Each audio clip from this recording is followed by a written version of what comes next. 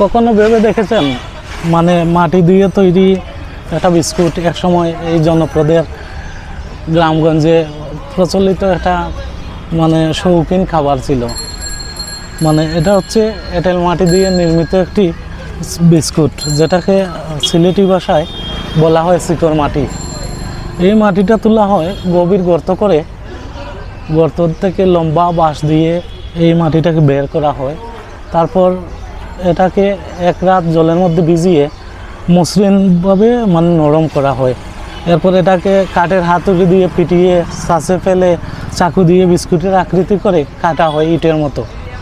এরপর এই শিকড়টাকে কি করা হয়, একটা চুলায় এটাকে জ্বালিয়ে তুষের আগুনে মানে ধোঁয়া দিয়ে এটা কালার বা স্মুথনেস করা হয়।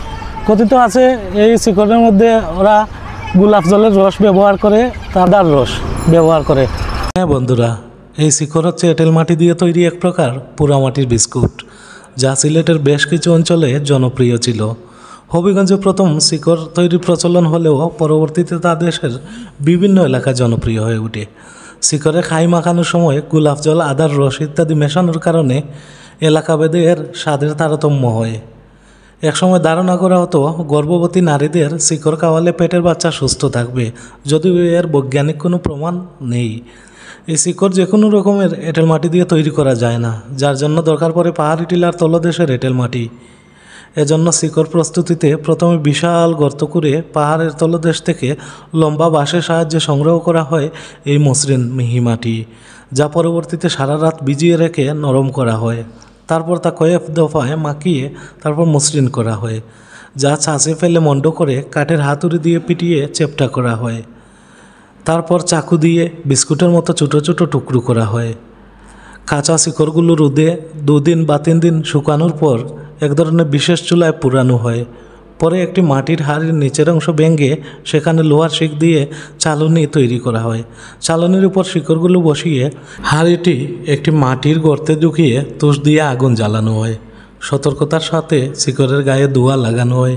ঘণ্টা 2 পর শিকড় কালচে বর্ণ ধারণ করে এবং সুঘ্রাণ ছড়াতে থাকে।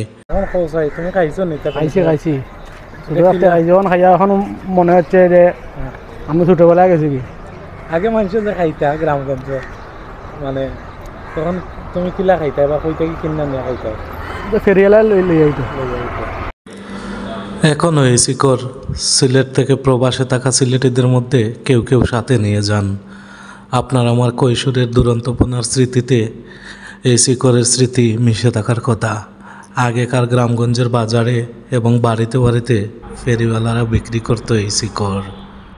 আজকের ভিডিও এই পর্যন্তই। আপনারা সবাই ভালো থাকবেন।